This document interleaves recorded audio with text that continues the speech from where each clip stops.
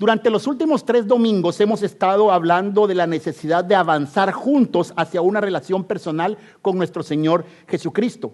Hablamos que Cristo Jesús nos hace una invitación personal para seguirlo. Dios nos hace una invitación personal de acercarnos a Él, de vivir con Él, de vivir para Él. Ese es el primer paso. Necesitamos acercarnos a Él, sujetarnos a su señorío, que Él sea nuestro Señor, el jefe de todo lo que nosotros tenemos. Luego hablamos de que una de las primeras oportunidades que tenemos para reconocer delante de todos que Él es nuestro Señor es el bautismo. El bautismo es una señal que nos recuerda la obra de Cristo Jesús en nosotros. Él nos recuerda que nos ha hecho nuevas personas, que nos ha limpiado de nuestros pecados, que nos ha declarado justos, que hemos pasado de muerte a vida. Y la semana pasada tuvimos el testimonio de Danay, haciéndolo aquí enfrente con nosotros, se bautizó para recordarnos que nosotros también podemos hacer lo mismo, dar testimonio ante las demás personas de lo que Cristo ha hecho por nosotros. Y por último, la semana pasada nos recordamos metafóricamente de que nosotros tenemos que aprender a tener cafés con Jesucristo, de sentarnos con Él, de abrir su palabra, de leerla, de alimentarnos de su palabra e ir creciendo a medida que vamos conociendo a nuestro Dios. Por cierto, conocer a nuestro Dios es vida eterna. Eso es lo que dice su palabra. Esta es la vida eterna, que te conozcan a ti y que conozcan a Jesucristo, tu Hijo único, a quien tú has enviado. Hoy vamos a seguir entendiendo un poco sobre qué es lo que nos hace ser comunidad cristiana a nosotros, y para ello les voy a pedir que abran sus Biblias o sus teléfonos, sus aplicaciones, y que las hablan en Eclesiastés capítulo 4, versos del 9 al 12. Son solamente 4 hermosos versos. Eclesiastés capítulo 4, versos del 9 al 12. Y dice así la palabra de Dios. Ustedes saben, yo leo en Reina Valera contemporánea, así que si no tienen esa, pues pueden seguir la lectura allá. 2 son mejor que 1, porque sacan más provecho de sus afanes. Si uno de ellos se tropieza, el otro lo levanta. Pero hay de aquel que tropieza y no hay quien lo levante. Si 2 se acuestan juntos, mutuamente se calientan, pero uno solo no puede calentarse. Uno solo puede ser vencido, pero 2 presentan resistencia. El cordón de 3 hilos no se rompe fácilmente. Eclesiastés capítulo 4, versos del 9 al 12. Oremos. Gracias te damos, Padre, por la oportunidad que nos das de abrir tu palabra. Al abrirla te pedimos, como todos los domingos, que sea tu Espíritu Santo nuestro Maestro, que sea tu Espíritu Santo el quien nos enseñe estos tesoros que tú has preparado de antemano para cada uno de nosotros, tus hijos. Que nuestro corazón sea fértil para que al oír tu palabra la entendamos, la comprendamos, la guardemos en nuestros corazones, y que al salir de acá estemos dispuestos a vivir por tu palabra. Y Padre, yo te ruego también por mí, para que al abrir mi boca yo pueda hablar con denuedo y valentía el misterio del Evangelio de Cristo Jesús, quien es nuestro Señor y nuestro Salvador. Amén y amén. La soledad tiene 2 caras. Una madre que ha estado todo el día en pelea con el ruido cotidiano de su hogar, con el alboroto de los niños, con el trajín de ir a hacer las compras, metida en la ciudad, una ciudad que parece que se quiere tragar a todo el que se atreve a montarse en sus vías. O el padre de familia que se enfrenta a la bulla de la oficina, al ruido de los compañeros, de los problemas del trabajo, el ruido que golpea en las sienes al oír que hay que pagar la luz, que el señor de la renta está llamando y aún no se tiene lo suficiente. O simplemente el ruido a medianoche de un gato que no puede dormir y que se empeña en no dejarnos dormir a nosotros. Quien sufre este tipo de ruido constantemente en su mente, quien ha estado cansado de los ruidos de la casa o de los problemas que golpean la cabeza, esa persona siente delicioso un momento de soledad, un momento de silencio. Para ellos el silencio, la soledad, es un remedio necesario, es un bálsamo en una herida que arde. Pero la soledad tiene 2 caras. Cuando el dolor toca a la puerta y no hay nadie con quien llorar, Cuando la persona que amas resulta ser aquella que te traiciona. Cuando quien se supone que te debe cuidar se convierte en quien te está infringiendo dolor y no encuentras a nadie a quien recurrir, entonces la soledad no es un bálsamo. La soledad no es un remedio. La soledad se convierte en enfermedad. La soledad se convierte en el fuego, el arma que causa la herida. El gran poeta Mario Benedetti mostró esas dos caras tan distintas de la soledad en un pequeño poema que se llama Fuego Mudo. Dice así: a veces el silencio convoca algarabías, parodias de coraje, espejismos de duende, tangos a contrapelo, desconsoladas rabias, pregones de la muerte, sed y hambre de voz. Pero otras veces es solamente silencio, soledad como un roble, desierto sin oasis, nave desarbolada, tristeza que gotea alrededor de los escombros, fuego mudo. Lo cierto es que nosotros no fuimos diseñados para estar solos, para vivir en soledad. Desde que nacemos, nuestros papás y nuestra mamá tratan de enseñarnos el valor de aprender a hacer las cosas solos. Nos dicen, tienes que aprender a amarrarte los zapatos. Vaya a lavarse los dientes. No puedo estar aquí yo todo el tiempo para recordarle esas cosas. Aprenda a hacer su cama solo. Ya tiene 30 años. No, ya tiene edad para hacerlo. Aprenda a hacerse aunque sea un par de huevos solito. No estar esperando que toda la vida le esté yo aquí cocinando. En una oportunidad, el papá de un muchacho se acercó a Jesucristo y le dijo, ten compasión por favor de mi hijo. El pobre está mal de la cabeza. Se vive cayendo al fuego y otras veces cae en el agua. Y lo he llevado a tus discípulos y ellos no han podido hacer nada, absolutamente nada por él. Y entonces Jesucristo respondió, ¿hasta cuándo voy a tener que estar con ustedes? Cualquier papá, cualquier mamá en su sano juicio sabe que parte de nuestra tarea es aprender a preparar a nuestros hijos para que enfrenten la vida, porque seguramente nosotros no vamos a estar a su lado para siempre, no vamos a estar allí todo el tiempo. Va a llegar el día en que nuestros hijos deben dejar el nido, el día en que nuestros hijos deben de prepararse para volar por ellos mismos. Esa independencia es buena, es necesaria. Sin embargo, nuestra sociedad está tan obsesionada en otro tipo de independencia. Lo que la sociedad nos impulsa es a no depender de nadie más que de nosotros mismos. Pensamos que el mejor modelo de vida es aquel en que no necesito absolutamente de nadie más que de nosotros mismos. Yo no necesito salvavidas para nadar, decimos algunos. Yo me lo guiso, yo me lo como solo. Solo vine a este mundo, solo me he de ir. Y aunque cada una de estas frases tiene algo de positivo, la verdad es que no somos islas. Ninguno de nosotros fuimos creados ni fuimos diseñados para ser islas en este mundo. No fuimos diseñados para la total independencia, sino fuimos creados como seres relacionales. Es decir, tenemos que aprender a relacionarnos los unos con nosotros. Desde el inicio de los tiempos, el libro de Génesis nos recuerda que la visión de Dios para nosotros era el compañerismo sano humano. Tenemos que aprender a ser compañeros. La primera reflexión que Dios hace después de decir que todo estaba bueno, la primera reflexión que Él hace respecto al ser humano es esta: no es bueno que el ser humano esté solo. Y aunque la inferencia directa es la relación de pareja, no debemos limitarnos solo a la relación de pareja. No es bueno que el hombre esté solo, es aplicable para todas las experiencias humanas. Necesitamos compañeros, el soltero necesita amigos, el viudo necesita amigos y necesita amigas. Todos necesitamos compañía. No es bueno que el ser humano esté solo, es aplicable para todo en nuestra vida. Nos necesitamos. Si el deseo de Dios es que el ser humano fuera un ser relacional, la Biblia nos narra esta tragedia, que cuando el mal se introdujo en la creación, lo primero que rompió fue precisamente la relación que había, la comunión.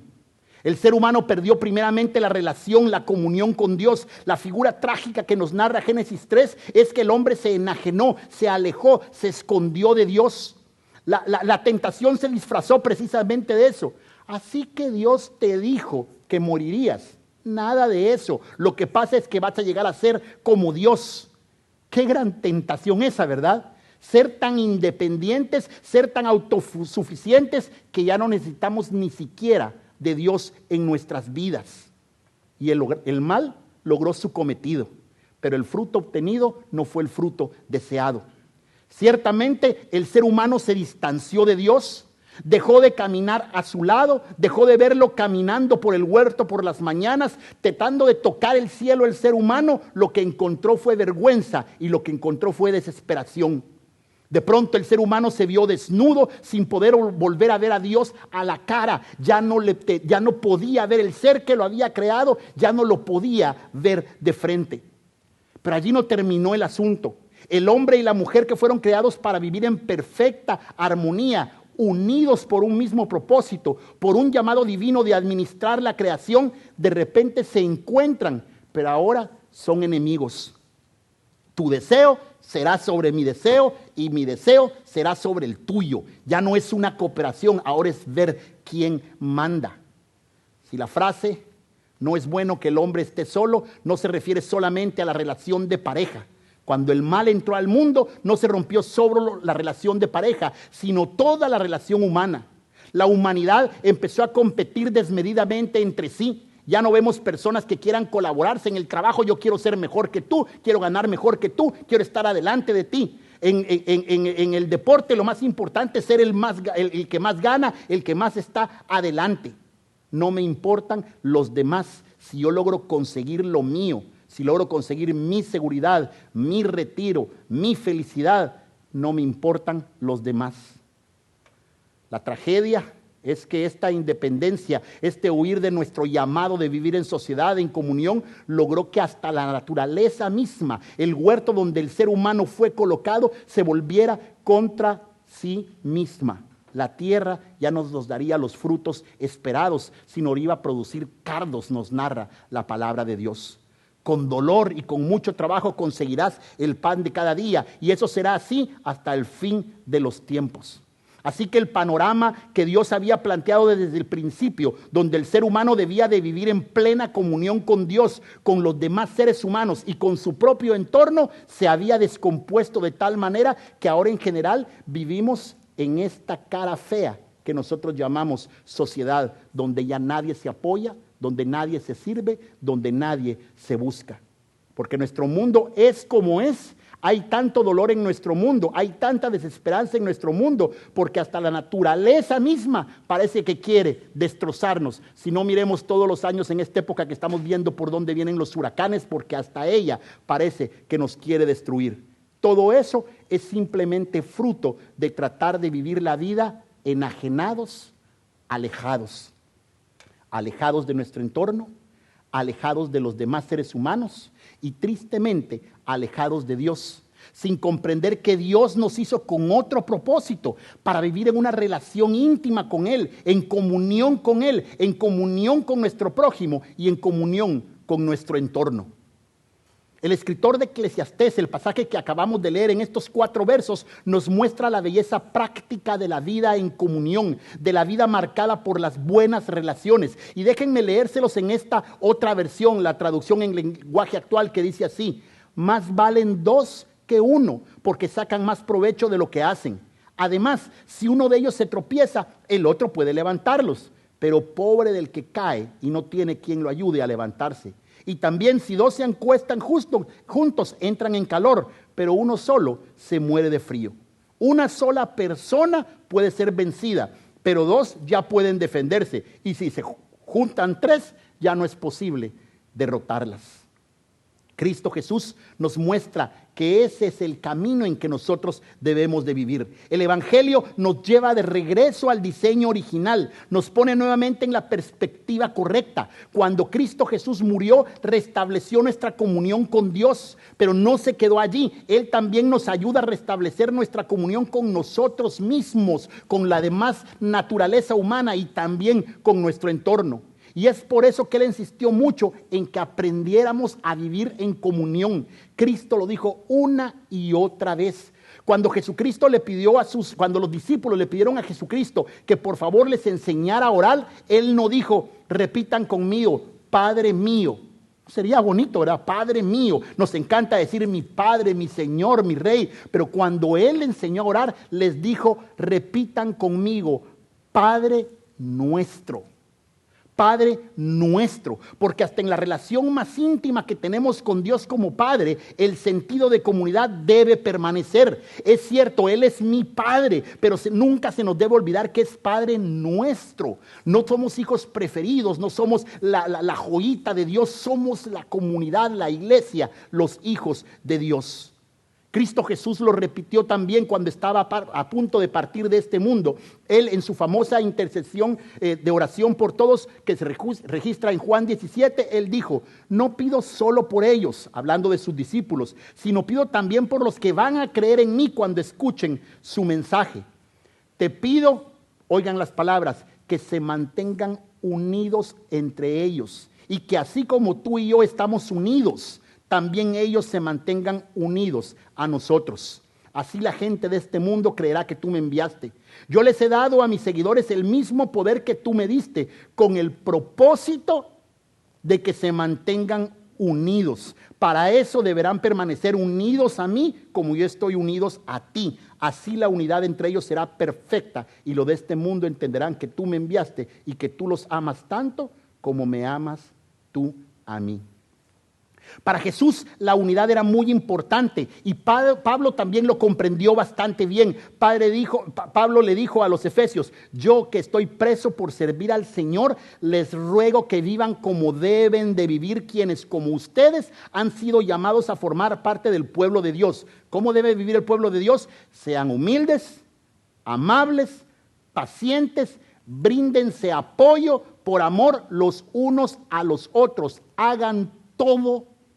Óiganlo bien, hagan todo lo posible por vivir en paz, para que no pierdan la unidad que el Espíritu les dio. Solo hay una iglesia, solo hay un Espíritu. Dios los llamó a una sola esperanza de salvación. Solo hay un Señor, solo hay una fe, solo hay un bautismo, solo hay un Dios que es Padre de todos, que gobierna sobre todos y actúa por medio de todos y está en todos. Es uno solo. La unidad entonces es un fruto del Espíritu Santo viviendo en nosotros y a la vez es un valor que debemos luchar por mantener dentro de la iglesia. Y es que la unidad, la vida en comunión tiene sentido. Ese es el fin de esos 4 versos que acabamos de leer nosotros en el Eclesiastés. Ciertamente la unidad tiene un costo. No puedo vivir realmente en verdadera comunión si no estoy dispuesto a pensar en los intereses de la otra persona antes de tomar ciertas decisiones o ciertas acciones. No puedo vivir en verdadera comunidad, no puedo tener verdadera comunión si no aprendo a adaptarme a los demás, si no aprendo a renunciar un poquito a mí mismo. Y cada renuncia implica un costo, es decir, no siempre es fácil.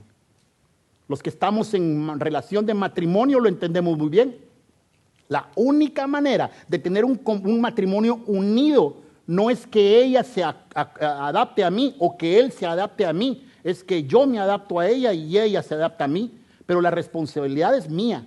Yo soy el que debo hacer todo por luchar por la unidad. Yo soy el que debo de tratar de adaptarme a la otra persona. Lo lindo es cuando los dos están en el mismo sentir, los dos están haciendo lo mismo. Y eso es lo que Dios nos pide a nosotros en comunidad, que aprendamos a sufrir ese costo. Una vez más, Pablo lo dijo así en Filipenses 2, les pido que por favor vivan en armonía y que se amen unos a otros. Así me harán muy feliz, le dice Pablo a los de Efesios. Pónganse de acuerdo en lo que piensan, deseen las mismas cosas y no hagan nada por orgullo o solo por pelear. Al contrario, hagan todo con humildad y vean a los demás como mayores a ustedes mismos. Nadie busque el bien solo para sí, sino busquen el bien para todos. Tengan la misma manera de pensar que tuvo Cristo Jesús.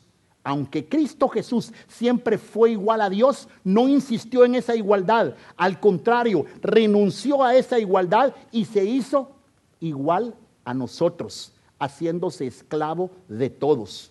Como hombre se humilló a sí mismo y obedeció a Dios hasta la muerte. Él murió clavado en una cruz. Cristo Jesús pagó el precio de nuestra comunión con Dios. Cristo Jesús pagó con su propio cuerpo y ahora nos pide a nosotros que hagamos lo mismo. Que nos atrevamos a pagar el precio de la unidad, que aprendamos a renunciar un poquito a nosotros mismos para poner primero a las demás personas. Cuando leemos los beneficios de la unidad, nos topamos que estos beneficios que trae son verdaderos, el fruto de la verdadera vida en comunión, tal y como fue diseñado por Dios desde el principio, sirve para toda la comunidad. Nadie toma ventaja de otro. Y así quiero ir terminando, revisando un poquito algunos de los beneficios de la vida verdadera en comunidad cristiana. Y no me refiero aquí, espero que aquí sea reflejo, me refiero en la comunidad cristiana en general. En esta vida, todos vamos a caer al suelo y todos necesitamos que alguien nos tienda la mano. Y cuando hablo de caer, no me refiero a las cosas, a las caídas morales, me refiero a los dolores de la vida. La vida trae dolores, la vida trae problemas que nos dejan tirados en el suelo, como cuando alguien se queda sin trabajo, empiezan a ver que la alacena está vacía, se dan cuenta que necesitan una mano. O cuando también nosotros vemos que nuestro hogar se desmorona y no tenemos idea de qué hacer y entonces nos damos cuenta que no necesitas de una mano, sino que necesitan de dos manos para poder salir de ese problema. En diciembre del 2008 me encontraba junto a mi familia en uno de los momentos más duros que me ha tocado vivir. Mi esposa moría después de 2 años de sufrir de cáncer. No me sentía en el suelo, me sentía peor. Me sentía hundido, con un peso en los hombros que sabía que no podía soportar y con el corazón hecho pedazos. ¿Cómo iba a mantener a mis 4 hijos a flote si yo me sentía que estaba hundido? ¿Cómo iba a ser? Allí, en medio de la soledad, empecé a ver a mi comunidad arropándome, cubriéndome. No me extendieron una mano. Me extendieron ambas manos, me extendieron los brazos, me extendieron sus comidas, me extendieron salidas, me extendieron compañías, me extendieron chistes, me pusieron sus hombros para llorar, me brindaron sus carteras, pero sobre todo me brindaron su corazón.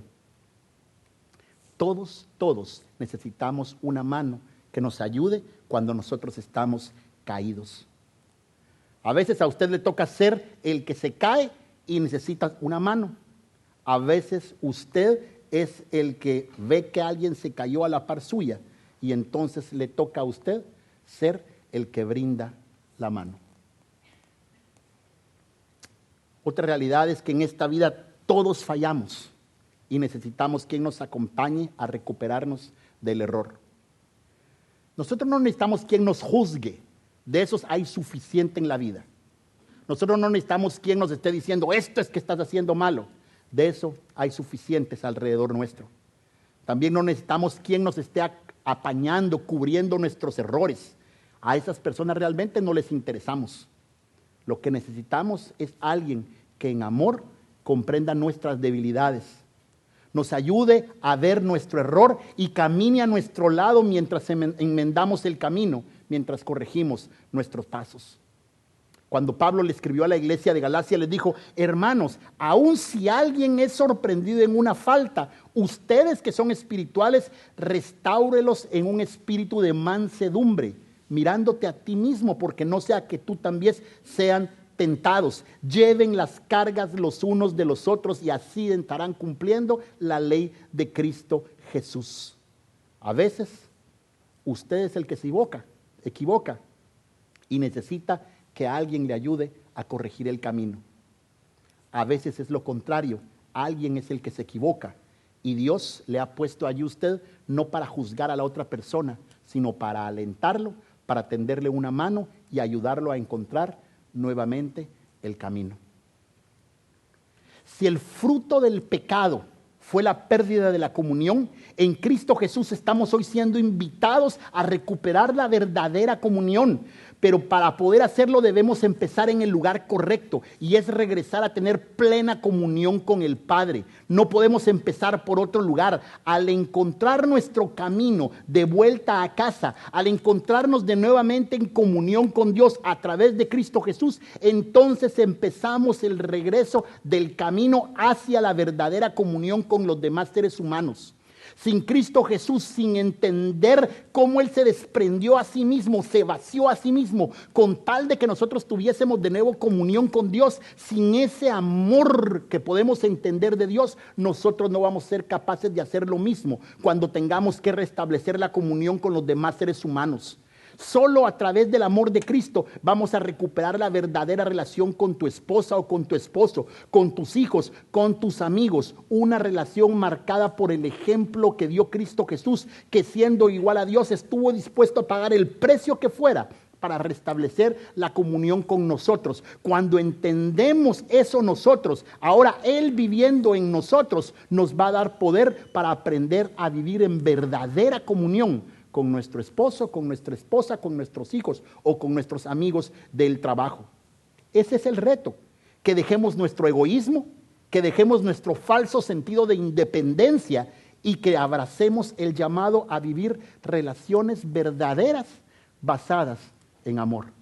De eso trata Comunidad Cristiana. Eso es lo que nosotros queremos que estemos haciendo aquí en esta iglesia. Ese es el llamado que intentamos hacerlo. Por eso es que ponemos el cafecito atrás, para que aprendamos a invertir tiempo en nuestra comunidad. Porque no es de venir, hemos dicho, solo aquí sentarnos y luego irnos. Eso no es iglesia. La verdadera iglesia puede suceder después del culto, cuando entonces aprovechamos el tiempo para amarnos. Y cuando salimos de aquí, salimos a hacer lo mismo, a amar a nuestra esposa, a amar a nuestros hijos, a amar a los que están en nuestro trabajo y amar a los que están alrededor nuestro. Y todo empieza cuando nos ponemos en comunión con nuestro Dios. Yo los quiero invitar a que por favor inclinen su cabeza y que me acompañen a orar. Primero, si usted nunca le ha pedido al Señor que Él sea el que restablezca su comunión con Dios, este es el momento para que lo haga. Yo no le voy a dictar una oración. Es usted el que le va a decir: Señor, necesito estar en comunión contigo. Gracias, porque tú lo hiciste en la cruz del Calvario y me uniste con el Padre. Si usted tiene problemas de comunión con su esposa, con su esposo, con sus hijos o con algún compañero de trabajo, dígale lo mismo. Dice tu palabra que tú me has llenado con tu Espíritu Santo, y es tu Espíritu Santo el que nos da esa unidad. Ayúdame, por favor, a poder vivir en unidad con mis hermanos y con mis amigos o con mi familia. Padre Santo, gracias por el hermoso sacrificio que Cristo Jesús hizo en la cruz del Calvario. Gracias porque Él trajo unidad. Dice su palabra que de dos pueblos Él hizo uno. Ya no hay diferentes nacionalidades, ya no hay esclavo, ya no hay libre, ya no hay griego, ya no hay hebreo, ya no hay mujer, ya no hay hombre. Todos somos uno en Cristo Jesús. Bendito Señor por eso. Ahora ayúdanos a traer a este mundo esa realidad. Que todo lo que hagamos sea para buscar la unidad entre hermanos, entre amigos, en familia, en donde nosotros nos encontremos. Gracias por este ejemplo hermoso de Cristo Jesús. Gracias porque a través de su Espíritu no solo es un ejemplo, sino que puede ser una realidad también en nuestras vidas. Te lo agradecemos y te pedimos todo. Y nos vamos de este lugar esperando, amando, tratando de ser uno, como tú nos pides que seamos uno. Oramos en Jesús. Amén y amén.